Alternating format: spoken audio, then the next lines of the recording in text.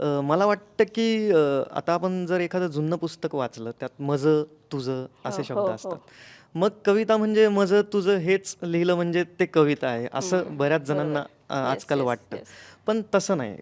कवितेतला विचार महत्त्वाचा आहे. तुम्ही जे आज जगता, ते जगणं तुमच्या शब्दांमध्ये उतरलं पाहिजे.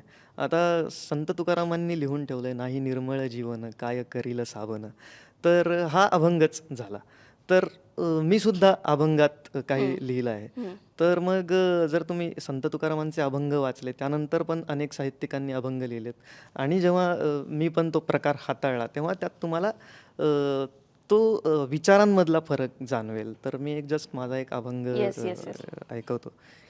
अ, माझा क्षण क्षण, माझा क्षण क्षण, जरी सुखासीन तरी उदासीन, माझे गाणे, माझे गाणे, माझे गाणे, फक्त येतो एक कवडसात,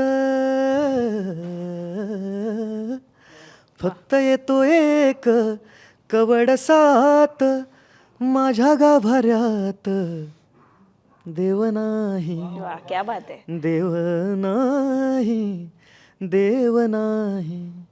लागला शेवटी हाताला पाचोळा, लागला शेवटी हाताला पाचोळा, जन्माचा धांडोळा व्यर्थ गेला, व्यर्थ गेला, व्यर्थ गेला.